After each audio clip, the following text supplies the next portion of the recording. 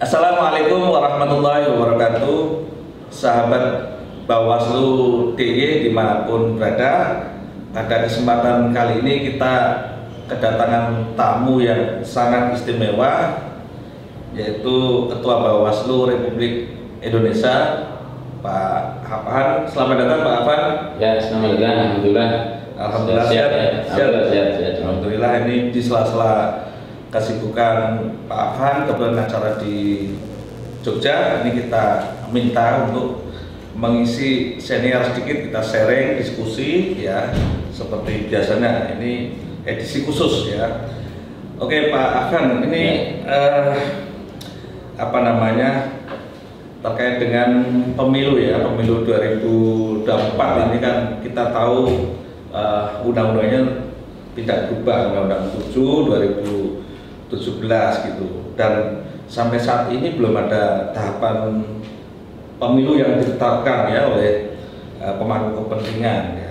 Nah, terkait dengan ini ya, bagaimana kira-kira persiapan Bawaslu itu Pak Ketua ya menghadapi pemilu 2024 sekaligus pemilihan yang undang-undangnya tidak berubah ya, dan pasti ya sampai hari ini kita tahu pemilu hari hanya akan digelar di tahun 2024. Nah, ini kira-kira kesiapannya Pak. Oke, terima kasih Mas Bagus ya. Jadi betul apa yang disampaikan Mas Bagus tadi, bahwa pelaksanaan pemilu serentak 2024 ini tidak ada perubahan dari sisi regulasi ya, baik di pemilu dengan Undang-Undang 7 2017 maupun di pemilihannya, pemilihan kepala daerah yang Undang-Undang 1 2015 sampai yang diubah terakhir dengan Undang-Undang 6 tahun 2020 ya. Artinya apa? Bahwa kita punya pengalaman yang sama. Ini sudah pernah kita laksanakan di tahun 2019, pemilu serentak nasional pertama ya, 5 surat suara itu tahun 2016 dengan Undang-Undang 7, dan besok 2024 juga sama, undang-undang itu yang jadi pijakan. Pilkadanya juga sama, pemilihan kepala daerah yang sejak pemilihan serentak pilkada itu kan tahun 2015, 2017, 18, dan kemarin pengulangan yang tahun 2015 tahun 2020. Artinya kita punya pengalaman itu, tinggal bagaimana kita bisa melakukan evaluasi yang komprehensif.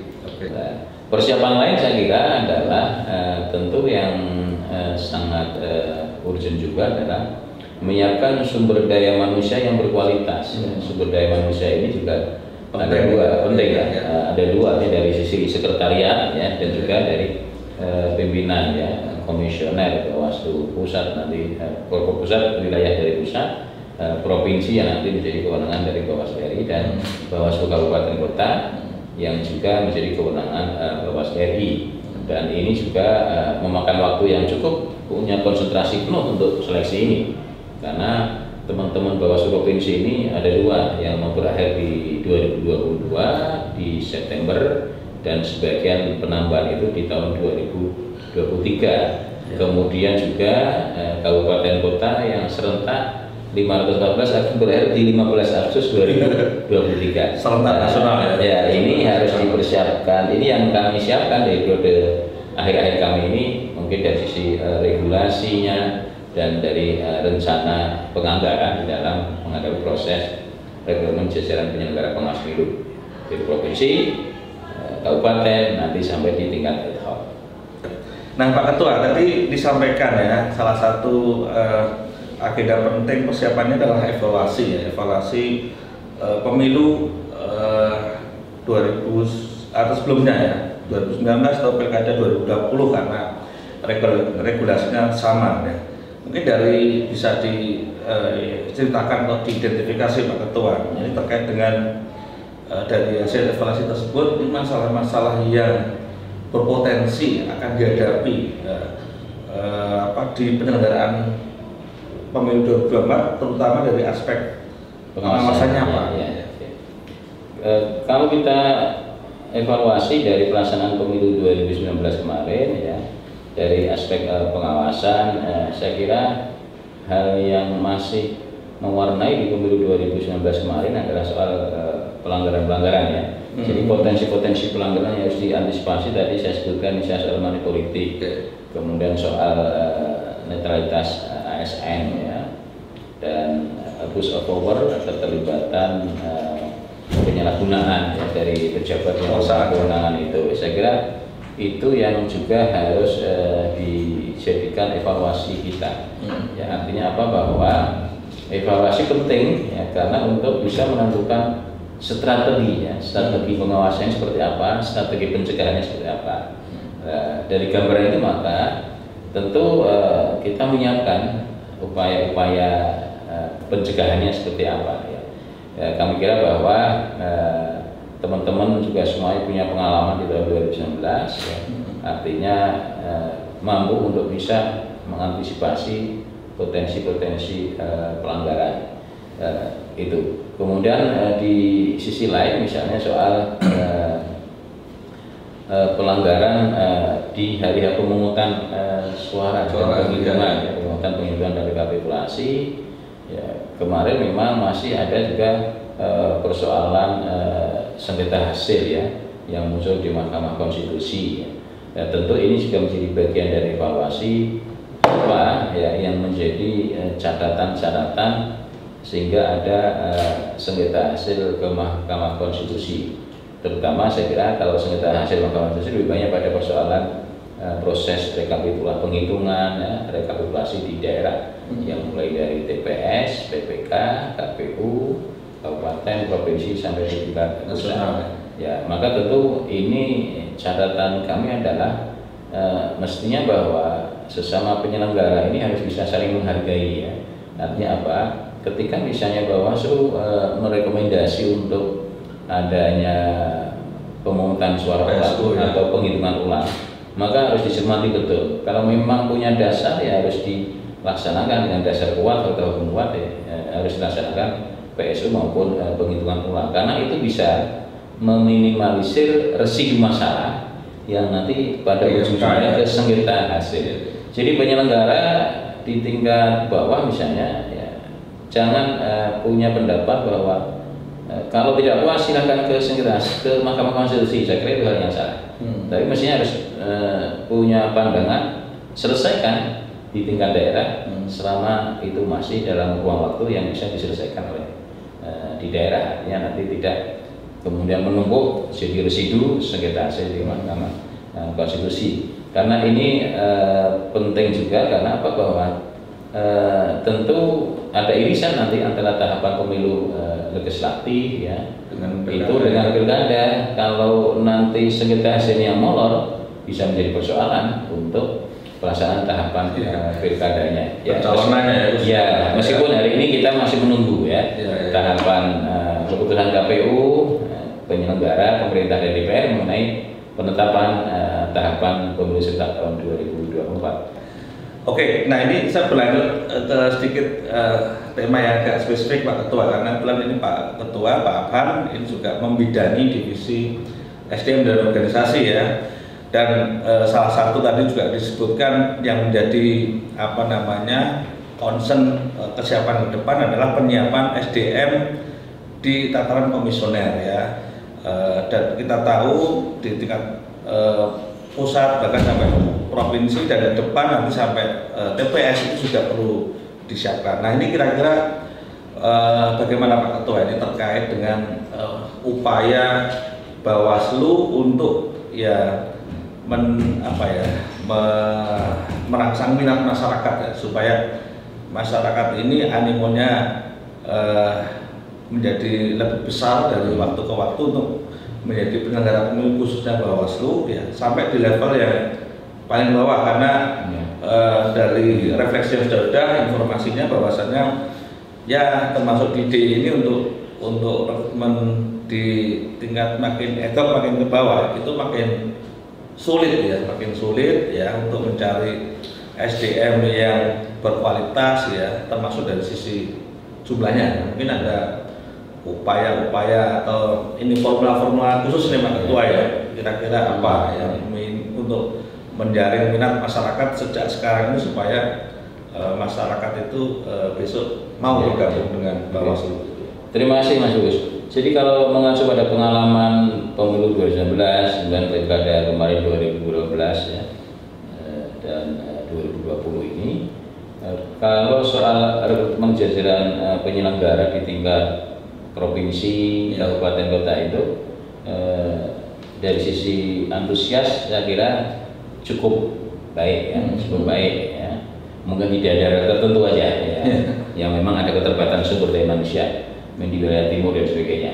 Tapi secara umum memang untuk seleksi di bawah provinsi, kabupaten, kota dari sisi antusiasme peserta cukup baik, tidak perlu dikhawatirkan. Nah, yang menjadi kekhawatiran kami kemarin misalnya 2019, 2020 pilkada serentak ini memang untuk penyelenggara di tingkat ad hoc, mulai dari panwas kecamatan, kemudian pengawas desa kelurahan, kemudian pengawas TPS. Ini yang terkadang teman-teman di daerah ada berbagai kendala soal minat masyarakat yang mau mendaftarkan diri menjadi bagian dari penyelenggara pemilu, karena memang tugas jajaran ad hoc ini amat berat juga ya, karena sebagai tulang punggung ya. Sementara uang kehormatan mereka itu tidak seberapa ya, tidak seberapa. Pengabdian betul itu tumbuhan. Nah ini yang dirasakan oleh kawan-kawan kabupaten kota, misalnya ketika proses rekrutmen jajaran panwas kecamatan, desa sampai pengawas TPS, bahkan sempat beberapa kali sebagian besar di daerah-daerah ini juga sampai seleksi berpanjang dan sebagainya, bahkan terkadang sudah diperpanjang juga belum ada, masih sepi peminat ya. Itu ada di daerah-daerah wilayah beberapa daerah-daerah ini ya, timur itu yang kesulitan sumber daya manusia.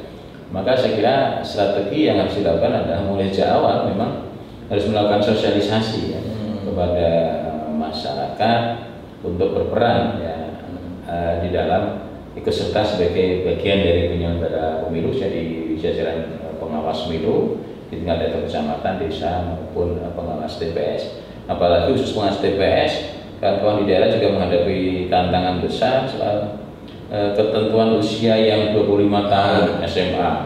Itu mau tidak mau karena ketentuan undang-undang ya, karena tidak ada undang-undang maka itu menjadi kebijakan bahwa untuk syarat menjadi pengawas TPS sesuai norma undang-undangnya adalah usia minimal 25 tahun dan pendidikan minimal SLTA ya. Ini yang juga menjadi tantangan ya, dan sebagian juga menjadi kendala ya, dalam pemenuhan keterpenuhan sumber daya manusia. Tapi saya kira kita tetap harus optimis ya, karena pengalaman 2019 memberikan gambaran ya, yang besar, dan kita sesama penyelenggara, artinya penyelenggara 2019 bisa melaksanakan dan sukses ya. Ini akan mengulang di 2024, tinggal tadi evaluasi besar harus dilakukan untuk menutupi hal-hal yang barangkali ada lubang-lubang kekurang sempurnaan yang disempurnakan di tahun 2024 ini. Nah ini yang terakhir Pak Ketua, nah ini barangkali ada masyarakat yang sejak sekarang sudah menaruh minat ya, menjadi atau ambil bagian dari menjadi pengawas pemilu ke depan. Nah, kira-kira mungkin Pak Ketua bisa ngasih semacam tips-tips gitu ya, kira-kira yang perlu disiapkan sahabat Bawaslu ini apa saja gitu ya, agar besok kalaupun daftar itu bisa lolos gitu ya. Nah ya, saya kira yang penting bagi masyarakat ketika nanti berharap sudah ada minat untuk menjadi bagian dari penyelenggara di Bawaslu maupun di KPU, saya kira hal pertama yang harus dipenuhi adalah yang memenuhi syarat formal ya, memenuhi syarat-syarat yang diatur dalam undang-undang ya. Artinya pertama non partisan itu penting. Non partisan itu penting, karena apapun penyelenggara adalah non partisan partai itu kan. Kemudian memenuhi syarat usia, kemudian pendidikan, dan yang paling penting adalah punya integritas, integritas kunci, dan nanti bisa bekerja secara profesional. Saya kira itu yang disiapkan. Artinya mulai sekarang ya untuk belajar berbagai referensi soal kepemiluan. Itu saya kira penting. Oke, terima kasih Pak Ketua. Jadi apa tadi sudah disampaikan kepada sahabat Bawaslu semuanya, bahwasanya bagi sahabat-sahabat yang tertarik untuk menjadi pengawas pemilu ke depan, ya tadi sudah sampaikan termasuk syarat integritas ya, diantaranya non partisan tadi cukup penting, selain juga memenuhi syarat formal dan juga profesional, harus belajar lah kira-kira begitu ya. Dan termasuk di media-media sosial Bawaslu ini cukup banyak, baik di YouTube ataupun di kanal lain seperti di Instagram ya, ataupun di Facebook, itu bisa sahabat-sahabat Bawaslu bisa lihat, atau mungkin di di media sosial. Ini era yang digital sekarang ini melimpah sekali informasi ya, bisa mulai sekarang ini belajar gitu untuk kesiapan menjadi pengawas pemilu ke depan. Mudah-mudahan dengan itu pengawas pemilu ke depan itu jauh lebih baik dan pemilu bisa dikawal lebih berintegritas, kira-kira begitu. Terima kasih Pak Ketua telah meluangkan waktu di siniar ya, atau podcast Bawaslu DE kali ini. Mudah-mudahan bermanfaat untuk warga sahabat Bawaslu DE ke depan. Kurang lebihnya seperti itu, mohon maaf atas segala kekurangan. Salam Bawaslu, bersama rakyat awasi pemilu, bersama Bawaslu tegakkan keadilan pemilu. Wassalamualaikum warahmatullahi wabarakatuh. Waalaikumsalam warahmatullahi wabarakatuh. Sampai jumpa di kesempatan senior berikutnya.